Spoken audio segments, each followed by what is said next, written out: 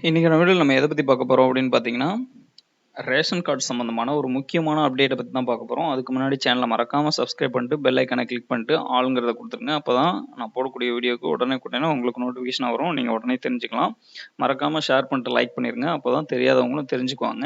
நீங்களும் தெரியாதவங்களுக்கு சொல்லுங்க. வாங்க பார்க்கலாம். இதுதான் tnpds.government இதனோட அஃபிஷியல் வெப்சைட். பட் இதுல வந்து நம்ம இப்ப எதுவும் பார்க்க போறது கிடையாது. பட் அதுக்கான அறிக்கை வந்து இதுல விட்டுருக்காங்க.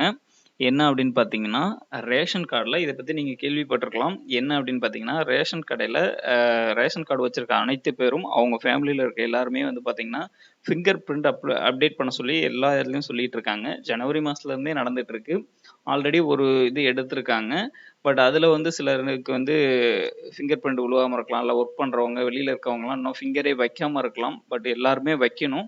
அதுக்கு தான் வந்து சொல்லியிருக்காங்க. அத பத்தின ஒரு இதுதான் கவர்மெண்ட்ல வந்து விட்டுருக்காங்க இப்ப ரீசென்ட்டா. என்ன அப்படின்னு பார்த்தீங்கன்னா, தனி முகாம்கள் நடத்தப்படும். ரேஷன் அட்டைதாரர்கள் அவரவர் வசதிக்கேற்ப விரல் ரேகை உள்ளிட்ட விவரங்களை புதுப்பித்துக் கொள்ளலாம் என தமிழக அரசு அறிவித்துள்ளது. இதற்கான தனி முகாம்கள் நடத்தவும், தேவைப்படின் வீட்டிற்கே சென்று புதுப்பிக்கவும் நடவடிக்கை எடுக்கப்படும் என கூறப்பட்டுள்ளது. இதுவரை 63% அட்டைதாரர்களின் விவரங்கள் சரிபார்க்கப்பட்டுள்ளதாகவும், மீதமுள்ளவர்களுக்கும் சரிபார்க்கும் பணி படிப்படியாக நடந்து வருவதாகவும் கூறப்படுகிறது.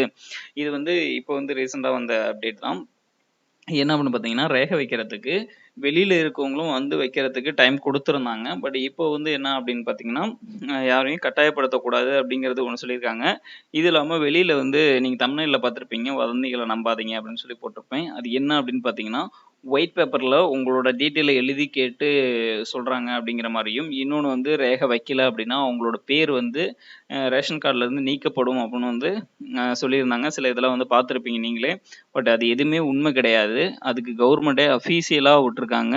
இங்க பாருங்க 7/2/2024 நேத்து வந்து விட்டுருக்காங்க. நியாய விலைக் கடைகளில் விரல் ரேகை சரிபார்ப்பு தொடர்பாக சில நாளிதழ்களில் வெளியான செய்தி. இது வந்து என்ன சொல்லியிருக்காங்க அப்படின்னு பார்த்தீங்கன்னா, இதிலே கொடுத்திருக்காங்க பாருங்க. குடும்ப உறுப்பினர்கள் அனைவரும் தங்கள் சுயவிவரங்களை ஒரு வெள்ளைத்தாளில் அளிப்பதுடன் விரல் ரேகை சரிபார்ப்பை இம்மாத பிப்ரவரி இறுதிக்குள் மேற்கொள்ள வேண்டும் என்றும், அவ்வாறு மேற்கொள்ளாதவர்களின் பெயர்கள் நீக்க செய்யப்படும் என்றும், இதனால் பொதுமக்கள் அதிர்ச்சி அடைந்துள்ளனர் என்று செய்திகள் வெளியிடப்பட்டுள்ளன. நான் அத சொன்னதுதான். இது வந்து இப்படி கேட்டிருக்காங்க. பட் இது எதுவுமே உண்மை கிடையாது. கவர்மெண்ட்டே அஃபிஷியலா சொல்லிட்டாங்க. என்ன சொல்லியிருக்காங்க அப்படின்னு பார்த்தீங்கன்னா, உங்களோட பேர் வந்து ரேஷன் கார்ட்லேருந்து நீக்க மாட்டாங்க. ஜஸ்ட் வந்து இது வந்து கம்பல்சரி எல்லாருமே பண்ணணும்.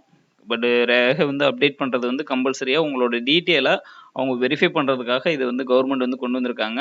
இதிலேயே குடுத்திருப்பாங்க. இந்த இந்த பிடிஎஃப் வந்து நான் பார்த்தீங்கன்னா, டெலிகிராம்ல ஆப்ல குடுத்துருக்கேன். இதில லிங்க் வந்து கீழ இருக்கும். Telegram link. அத கிளிக் பண்ணி அந்த இதில போனீங்கன்னா, இதில நான் குடுக்காத நெறைய இன்ஃபர்மேஷன் அந்த டெலிகிராம் லிங்க்ல அந்த குடுத்திருப்பேன் அந்த சேனல்லயும். நீங்க அதில போய் டவுன்லோட் பண்ணி படிச்சு பார்த்துக்கலாம் டைரக்ட்டாவே. இதில நீங்க பார்க்க டைம் இல்லனா கூட நீங்க டவுன்லோட் பண்ணி பார்த்துக்கலாம். நான் நெறைய அப்டேட் போட்டுட்ருக்கேன்.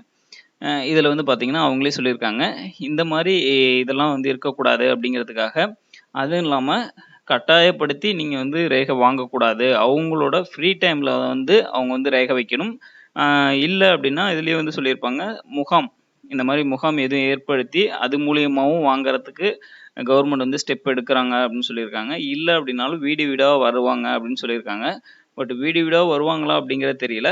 பட் முடிஞ்ச அளவுக்கு நீங்க பொருள் வாங்க போறப்ப, யாரெல்லாம் ரேகை அப்டேட் பண்ணலையோ, அவங்கள போய் பொருள் வாங்க சொல்லுங்க. ஒர்க்குக்கு போறவங்க ஃப்ரீயா இருக்க டைம்ல வாங்கிக்க சொல்லுங்க. இல்லன்னா ரேகை மட்டும் வச்சுக்க சொல்லுங்க.